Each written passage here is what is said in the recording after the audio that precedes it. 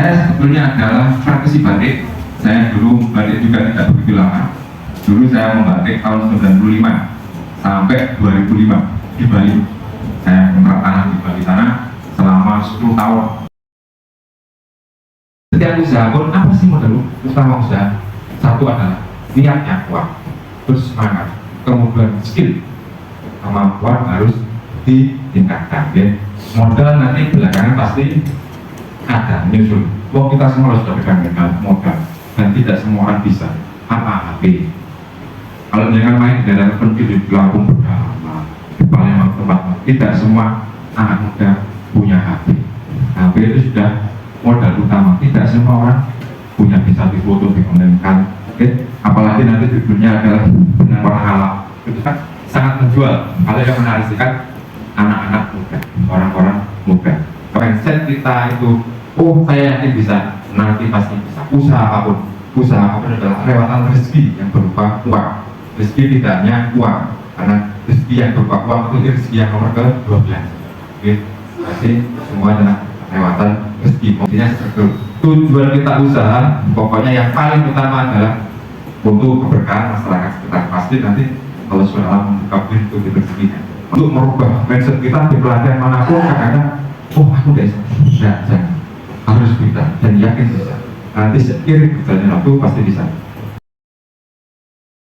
Oke. Tenun itu menurut saya lebih rumit daripada batik, karena dia tenun dari benang ada 12 proses, ada bikin booknya, ada bikin toanya. Saya belajar selama 2 minggu itu kepala penyum-penyum sekali deh. Kalau pewarnaan saya sudah mahir bisa, tapi kalau benang saya belum. Jadi saya harus menghitung ikutnya seperti apa. Kalau sisir 52 nanti kita bikin lebar 20 cm, ini benangnya habis berapa, ini berapa lusinya, ini berapa cepatnya. Kalau tenunnya 1 minggu diajari karyawan bisa, tapi teknik di tenun adalah kuncinya penghitungan benang, karena ada rumus matematikanya dan tidak semua orang mau berbagi. Sulit sekali kita meminta berbagi untuk keahlian, apalagi di tenun blanket. Tenunnya itu ada 6 lubang, tiap lubang ada 6 benang. Oke, jadi semuanya matematika. Jadi kita harus memahami. Oke, nanti benangnya seperti apa? Kalau benang dari luar negeri atau dari dalamannya perlakuannya juga berbeda. Nanti benangnya ketebalan berapa? 30/2 kah? Atau benang single kah? 40/2 kah? 80/2 kah? 70/2 kah? Rayon atau mesres? Atau sutra? Atau semi sutra? Jadi kita harus belajar. Tapi yakinlah itu semua tidak serumit di teori. Ketika praktek amat sangat mudah. Ya, tidak serumit di teori. Kalau nanti kan seperti ini lah. Seperti juga kita praktek besok adalah menyelup benang. Menyelup benang itu beda tekniknya dengan nyelup kain. Beda nanti cara perlakuan ini. Nyelup benangnya nanti ngawur, hasilnya ruwet, tidak bisa diurai.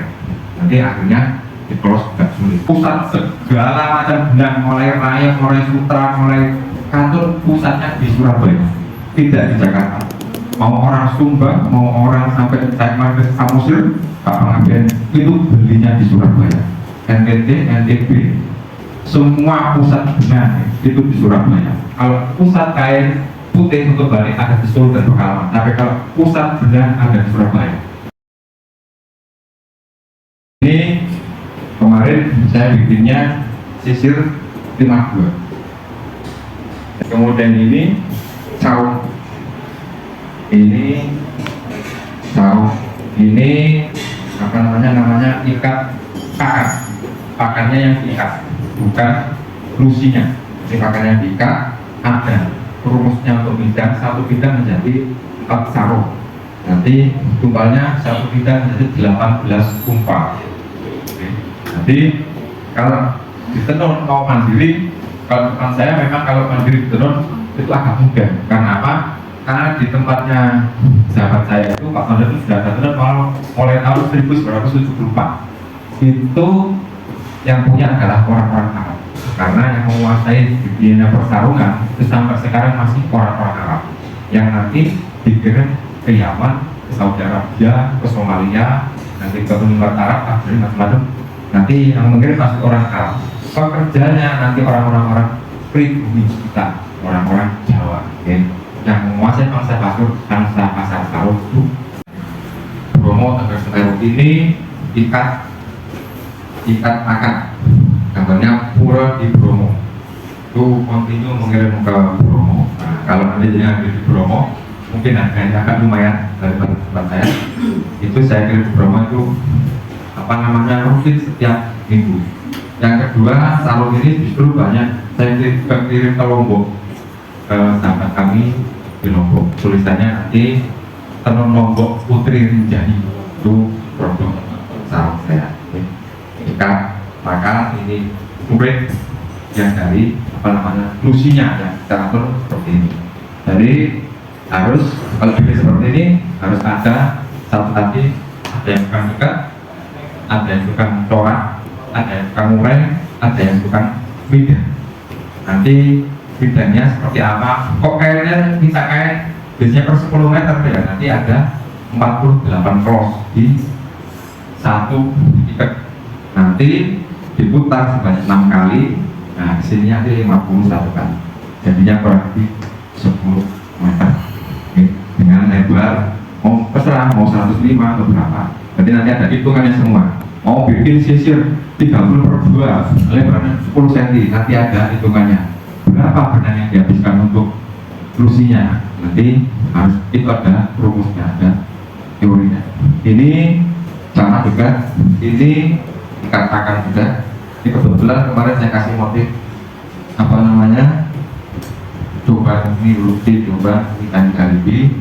Kemudian ini request juga kemarin orang Tamrin City, ini warna alam ya. Kemudian yang satunya Jolawi aja dikunci batu tujuh di makannya, jadi seperti ini dipakannya. Jadi dipakannya kita sudah jadi seperti ini. Kemudian yang ini, nah ini batik warna alam produksi saya. Ini 2 kali proses warna alam. Ini kalau harga stornya saya biasanya ke Surabaya Jakarta 800.000. Nanti di sana jadinya 1,5, paling murah 1,2. Ini bahannya sama, indigo keratin Korea, kulit buah jolawe, dan kulit kayu tinggi. Kalau nggak ada nanti kulit mahoni dimix dengan ketan. Sekarang menjadi pertanyaan adalah apakah warna alam itu kuat? Warna alam sudah terbukti kekuatannya asal diolah secara baik dan benar. Karena kalau kita lihat di internet itu salah satu mumunya berkaut yang usianya 2000 tahun sebelum Masehi. Salah satunya kain kapannya itu dari warna alam, indigo keratin Korea dan kulit akar pohon zaitun dan masih utuh bagus. Terbukti sudah kekuatannya. Asal kita caranya sangat sederhana. Terus kita bicara kuat mana batik dan tenun, maka tergantung yang tenun siapa. Karena apa? Kalau batik sudah jelas sangat kuat, sudah jelas. Karena apa? Dia mulai proses pelorotan malam, harus air mendidih dan sangat sulit untuk melepaskan malam. Nanti kita kasih soda as, kita kasih deterjen, kita kasih kanji, sudah terjamin kekuatannya. Kalau di batik, kenapa batik kok jarang merah seperti tenun di NTT? Iya, amat sangat sulit dari merah. Karena apa? Merah itu adalah dari kulit akar mengkudu. Kulit akar mengkudu ditumbuh dengan jilid. Kalau mana direbus oleh waktu suhu 60 derajat, dia akan saling angkat kembali menjadi coklat, tidak bisa. Makanya tidak heran organ BP itu merah ditenun karena tidak mengalami proses perebusan mendidih. Gambarnya itu teluk-teluk itu mengandung tujuh. Coba digeser gini di kotaknya yang dari kayu, pasti dia muncul keras begitu. Itu bisa. Atau paku-paku yang tayeng-tayeng dikasih air kelapa 2-3 hari sudah pakai ini, dan itu kuat. Nah biasanya kalau brand-brand mahal mesti kayak batik tanah leas yang di pameran di Jambi, nah itu kan pakai tanah, tapi kan dia di storykan, jadi dia mahal. bisa bikin seperti itu, saya bisa bikin seperti itu. Terus pasang-pasang saya kebanyakan batik saya itu sebenarnya itu tempat keluarnya orang. Kalau batik warna alam saya ya, batik cap itu 150.000 tiga warna dalam satu kain. Saya setor kemana-mana, nanti bisa dijual sama reselnya 250.000. Eco print saya yang biasa-biasa itu 125.000, nanti bisa dijual 200.000. Nah ini ikat lusi. Jadi lusinya boomnya sudah ada, apa namanya, toraknya. Ini torak dari Batak. Tahap belas. Ya. Jar, boros, benang, rawat. Ini waktu itu benangnya super rock, salah nyoloknya. Jadi kita pakai orang tiga. Jadi itu boomnya sudah ada motifnya boomnya, toraknya nanti polos. Nanti yang warna alam masih kita urai, mungkin saya dari sini nanti kita urai, nanti pangkatnya nanti benang polos.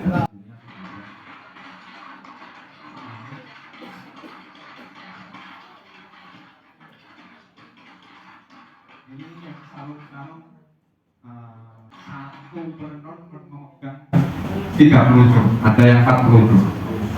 Seperti itu kalau di mall-mall di Unilever Abu harga sarungnya bisa dilihat itu 7,5 juta. Dulu kita kerjasama dengan BSM, sekarang sudah tidak lagi. Jadi dia kita namanya kayak membaca Bosnya kayak kertas. ini ikat lusi. Jadi untuk merangkai sana itu mengatur khusus sepanjang sekitar 13 meter. Ini merangkai alatnya kemarin kita habis hampir 15 juta. Jadi jangan pernah berpikir terus, bisa. Saya rasanya nggak bisa kok. Apalagi yang jenengan sudah lebih lama dari saya. Nah pasti bisa. Saya dulu nggak bisa. Pasti jenengan juga bisa. Nanti juga medannya, kalau cerdas belajar medannya sehari, kalau setengah cerdas 2 hari, kalau tidak cerdas seminggu medannya, karena dia ada 3 lubang, satu lubang berisi 6 benang, dan nanti setiap berapa putaran itu kita putus, kita kasih tanda dari apa? Ada keras-kerasan, nanti dia keras-kerasan, biar nanti kalau mulai kita mudah. Ada harus dikres. Jadi mungkin agak beda ya di tempat jenengan. Nanti kalau di tempat jenengan sudah ada mau ditukar benang, monggo benang apa aja akan kita praktekkan nyelok. Kalau sudah ada kainnya sudah jadi mau dibikin apa, monggo. Karena kita membawa itu bukan Victoria, kita membawa kulit kayu ini, kita membuat gelar, kita besok mau bikin penguncinya sendiri dari tawas dan ada warna alam. Langsung dengan mau bikin sibori dan macam-macam dikunci pakai itu, langsung tes dikerjain di sini. Dijamin tidak akan runtuh. Jadi biasanya tenun ikat ATBN, berarti memang caranya diikat, tapi memakai ATBN, alat tenun bukan mesin yang pakai kaki. Kalau di NTT masih tenun namanya soket, dia diikatkan di pinggang gini, kemudian pakai disenduk gini, nanti dilempar gini. Dia biasanya sistemnya ikat lusi, bukan ikat pakat. Sama kayak di tuban kerak. Nah itu biasanya dia yang diikat itu lusinya, bukan di pakannya, karena dia lebih mudah untuk makanya itu kita pakai ATB yang saya buat tadi harus memanjang, karena kita ukurnya 2,5 meter kali 3. Jadi kemudian teknik ikat lungsi atau benang vertikal yang tadi ada di video ya, itu teknik lungsi benang vertikal, kemudian teknik ikat pakan.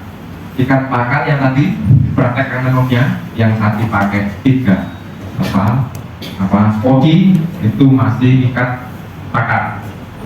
Kemudian proses pembuatan lungsi. Nah, tergantung nanti dengan lungsinya ini pakai benang apa. Misalnya benang ada yang SRS, ada yang Katun. Pokoknya pusatnya benar ada di Surabaya. Pusat segala macam benar. Mau Rayon, mau Katun, mau Sutra, tinggal beli di Surabaya. Ada yang dengan dalam, ada yang dengan luar. Oke. Oh, kalau Sutra itu tinggal dengan kita kadernya berapa Sutra ada, kadernya berapa ada yang 3 juta setengah, ada yang 4 juta, ada yang 10 juta per kilo, karena dia kader Sutranya seperti apa. Itu kalian itu borongannya tempatnya 35.000 nyambung benar. Kalian itu orang satu biasa bisa gerayan 4, kalau abu biasa bisa 5, bisa 6 karena sudah biasa. Makanya kalau abu borongannya 40.000 dari 35. Dan untuk ahlinya teman-teman itu saya yang merangkai warna dan mengkomposisikan motifnya. Kalau saya disuruh gerayan, ampun, itu sangat luar biasa. Jadi memang keterampilannya orang-orang tertentu menurut saya itu sangat luar biasa, dan juga ya, secara penghasilan itu orang-orang tenun, mohon maaf ya, yang bergerak di tenun itu para pekerja tenun itu minim penghasilan. Karena apa? Satu, tenun itu tidak ada proteksi hukumnya seperti batik. Batik sudah diakui UNESCO, ya, sudah ada proteksi hukumnya. Tapi kalau tenun kita harus melawan pabrikan besar. Hanya ya, harus pakai bisa sarung, pakai apa macam-macam.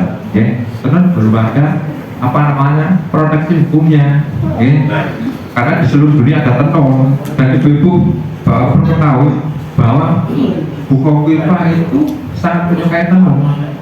Tetapi kita nggak tahu kan bahwa setiap seragam SMA itu memakai tenun loh Bu, dan tidak dikerjakan oleh kita karena kita tidak menguasai asosiasi.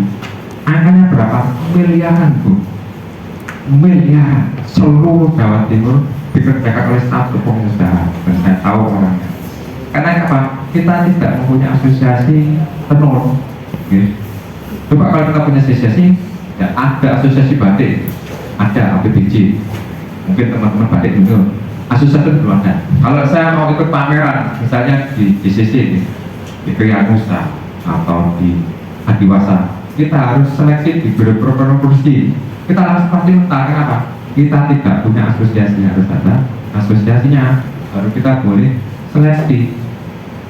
Nah, tenun di Jawa Timur itu belum, padahal tenun banyak di Jawa Timur.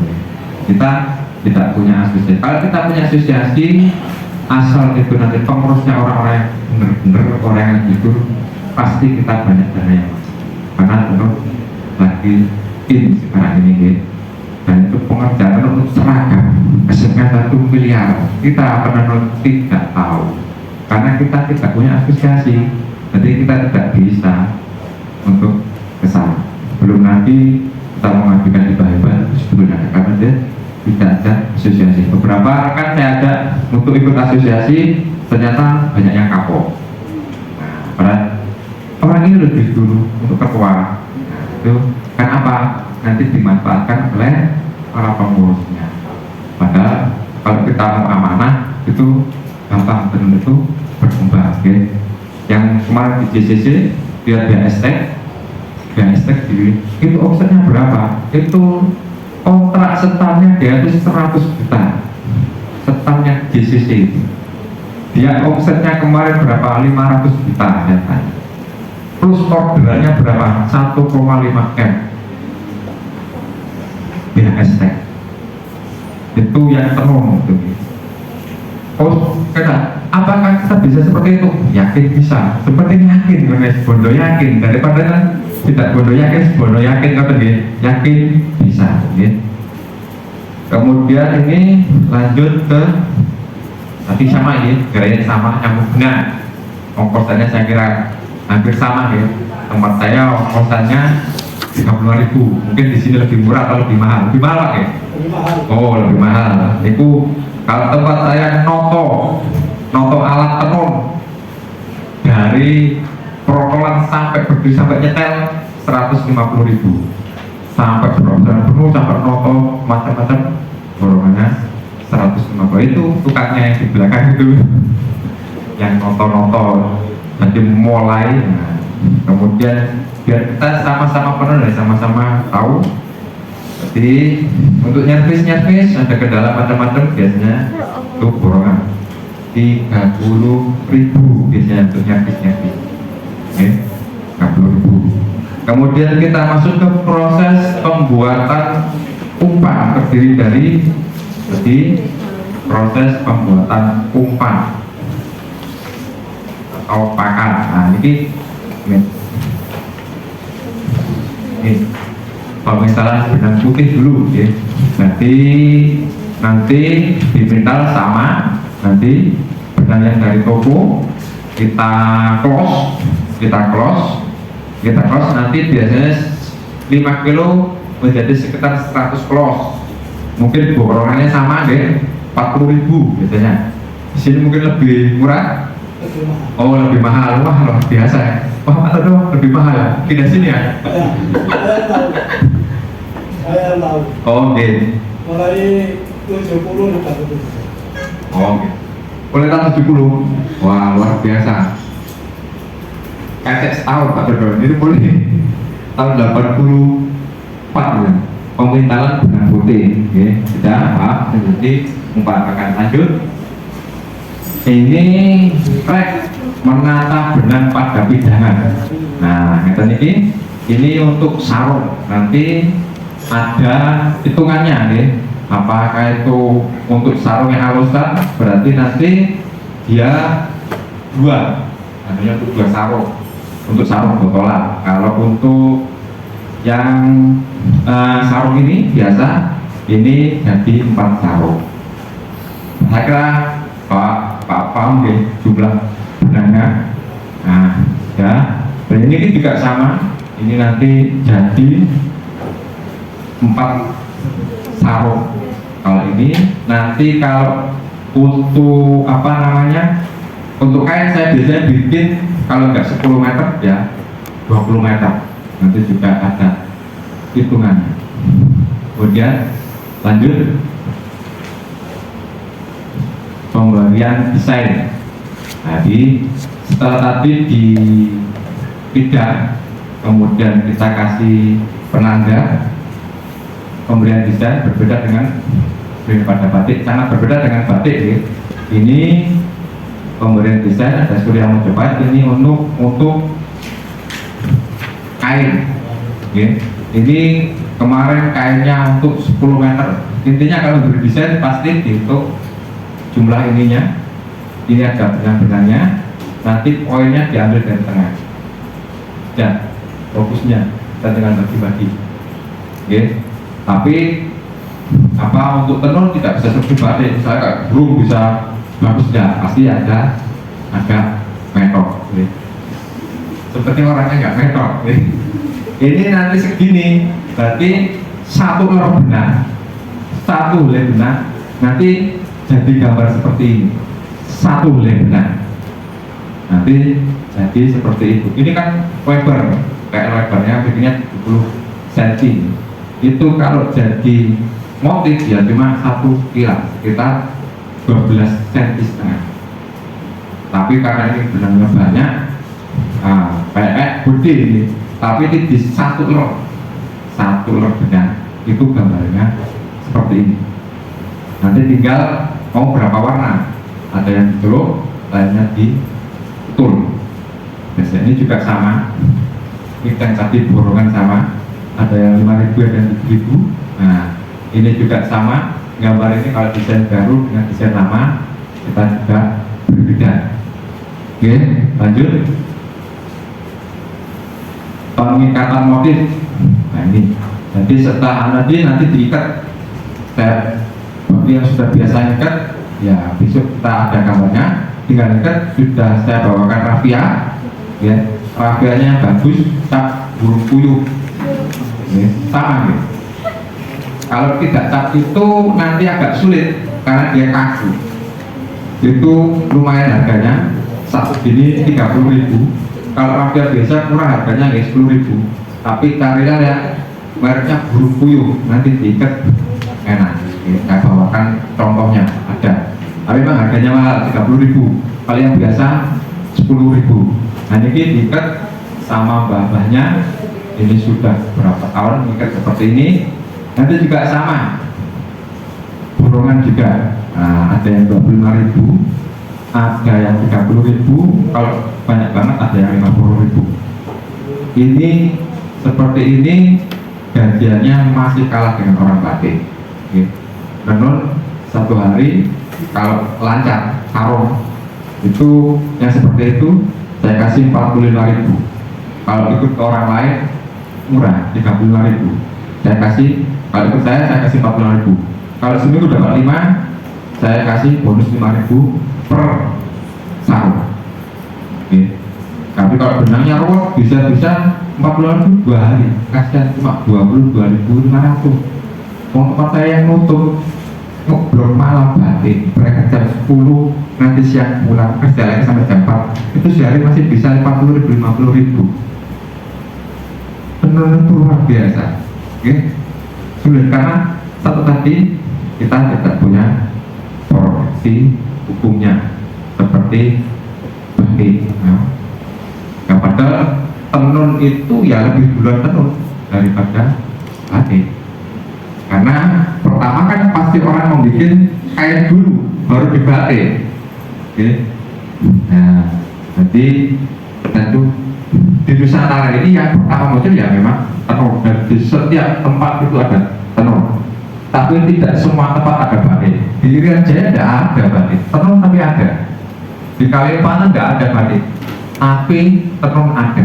Tapi sekarang di sana ada batik karena program pemerintah begitu batik diakui UNESCO, dan itu berheboh-heboh lah orang bikin batik di seluruh Indonesia.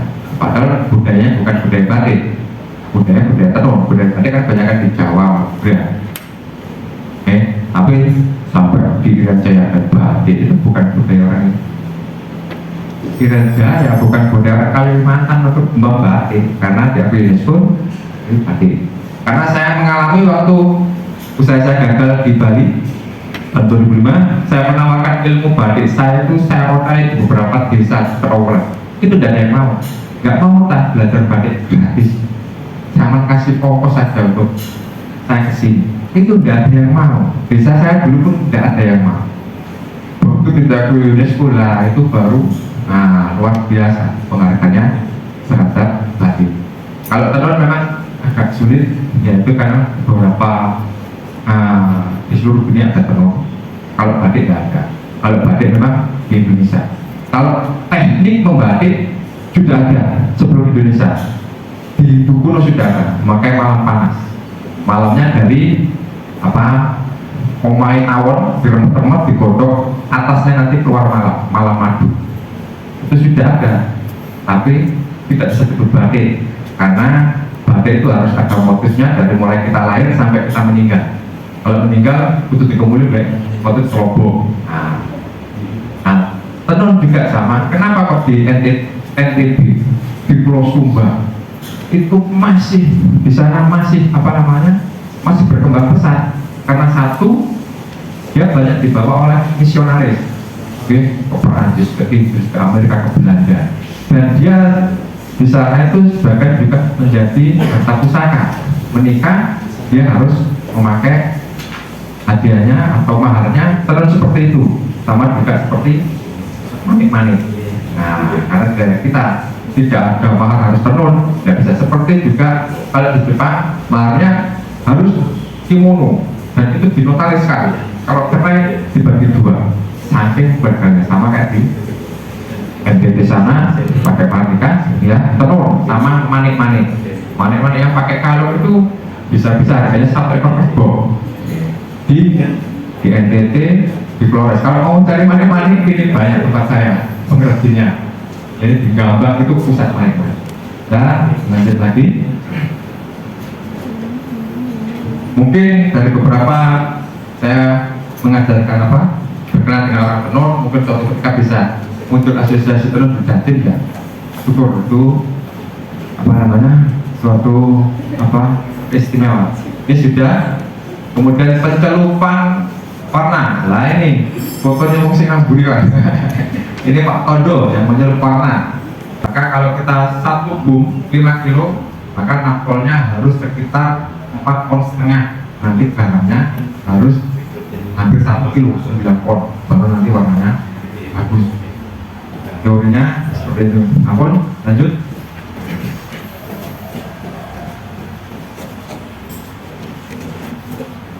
Ini corak warna kombinasi yang tadi sudah diceluk dengan warna dasar. Coraknya kemudian ditutul, ditolet ini ya. Ini diambil untuk menghilangkan jenis rafianya pakai solder. Kalau mau cepat pakai solder ya. Solder itu kalau ditosno dan benar tidak bakal memutuskan benang. Amat sangat benar. Taman beli solder yang biasa di toko, nanti kita praktekkan, okay? Tinggal dipalu-palu nanti, walaupun dia dinyosno itu kan gak benar, tidak bakal putus dan cepat, sedikit ya, aman gitu. Nah ini pakai solder, nah ini solder ini buruannya yang ngoncek pertama 7.000, yang ngoncek kedua 5.000. Kalau pakai solder sehari bisa 10. Kalau pakai silet nggak bisa. Kalau pakai silet nanti resiko benangnya putus. Tapi kalau pakai solder ini, walaupun ini misalnya kering, benangnya ditos gini nggak bakal, dia nggak bakal putus. Oke, ditos-tosan gini. Dulu memang kita pakai silet dulu. Terus kemudian kita renovasi pakai solder. Tinggal soldernya dikutuk-kutuk dan tipis serkan. Sip langsung buka. Ini, seperti ini. Nanti kalau solder santai-santai gini sehari bisa 10. Borongnya ngoncek pertama karena banyak, biasanya itu 7.000. Ngoncek kedua karena sedikit itu 5.000. Nah ini proses mureh. Saya kira sama deh, mureh. Nah ini bikin sendiri alatnya. Ini kalau bikin alatnya kemarin habis 850. Ini nanti kesini nanti terkumpullah benang-benang sesuai jumlah ini. Tinggal nanti ditaruh di sticknya. Ini ikat pakai ini juga sama. Mungkin hampir sama kayak di sini. Ini borongannya 17.500 per fidah. Nanti kalau ini benangnya enggak rewel, misalnya di nakoy kakak kostik ya, atau banyak bagusnya bisa sehari bisa 5, malah lebih cepetan koyoni penghasilan itu bukannya di tenunnya, malah di yang ngonceng yang murah. Permintaan pada palet yang biasa ya, setelah nanti baru di palet sehingga masuk ke dalam teropong ya. Saya kira sama teropongnya, kemudian terus proses tenun. Lanjut atas. Nah ini baru proses tenunnya. Ini seperti ini. Oke. Sudah itu rangkaian dari awal menun. Kemudian kita buka ke pewarnaan alat. Usaha-usaha ada jambu pul, pokoknya besar. Itu ada noyong dan macam-macam. Seperti itu orang tuanya meninggal bangkrut semua karena dari kecil anak-anak memang nggak mau diajak. Orang tuanya juga, aku boleh duit kan buat anakku, mana yang dia enak no. Begitu orang tua meninggal ya, justru tak kejam sama anak, karena anaknya orang tuanya tidak bisa apa-apa. Nah, makanya itu kalau sudah ada orang tua ya kita harus didik. Ini bukan kejam, ini justru sayang. Nanti kalau saya tidak ada, kamu bisa cari uang sendiri. Nanti yang muda-muda juga nanti apabila kau diajak orang tuanya kerja, ya itu bukan kejam. Itu mendidik itu sayang. Nanti kalau orang tuanya tidak ada, kamu sudah bisa mandiri. Bukan berarti orang tuanya kerja, itu mendidik. Kalau orang tuanya ada, maka itu sudah bisa kerja, sudah bisa hidup makan. Kalau itu dibiarkan itu kejam, itu orang tua yang kejam. Nanti orang tuanya meninggal, belum sampai meninggal, orang tuanya sudah nggak bisa menjalankan kerja karena tidak tahu betapa kita itu namanya orang usaha itu berpikirnya. Malam karyawan tidur kita berpikir gimana besok, gimana kalau mau Sabtu harus bayar sekian karyawan, berarti harus ada uang 4 juta, kalau tidak ada sudah dijaga bayarannya sama karyawan. Nah jadi orang usaha itu bukan dia enak-enakan tidur, mungkin dia bangunnya siang karena dia malah berpikir dia, wah ini maksudnya bangunnya siang, bukan, karena dia malamnya itu kadang dia berpikir memikirkan nasib dia, kayak bangunnya siang, oke?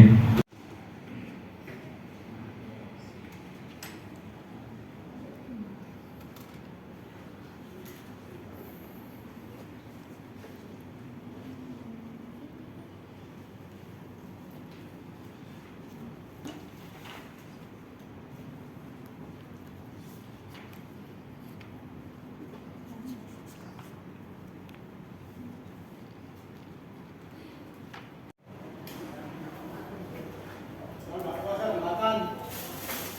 Ya ini 5 ya. 20 orang Pak. Ya, Ini naik Pak, ini naik. Iya, ini. Naik Pak. Ini kilo Mas.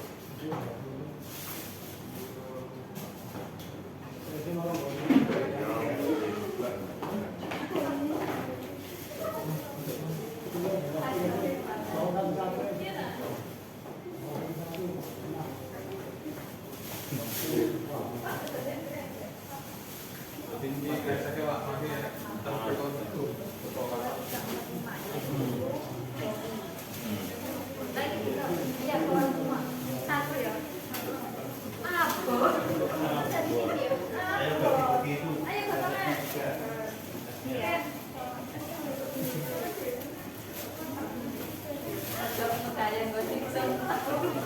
Jadi bapaknya juga masuk ya, berarti ya? Itu ya? Mana sakit?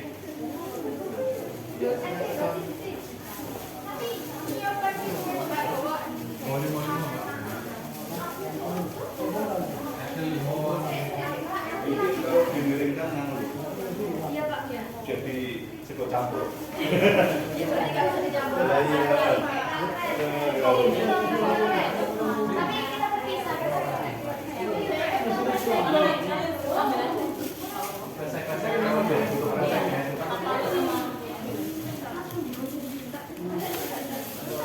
Nanti kreseknya di sana.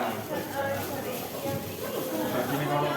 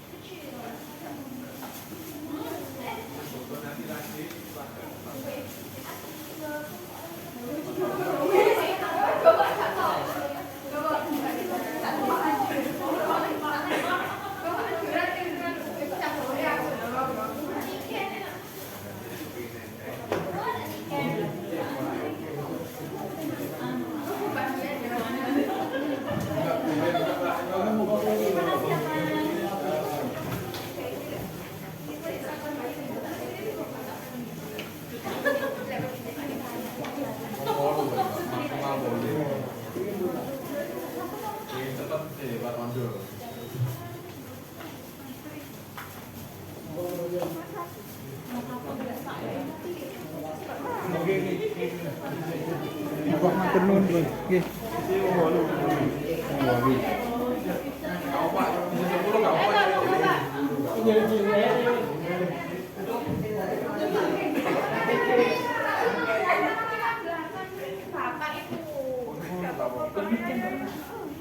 Sakit betul, sakit dal, tunggal.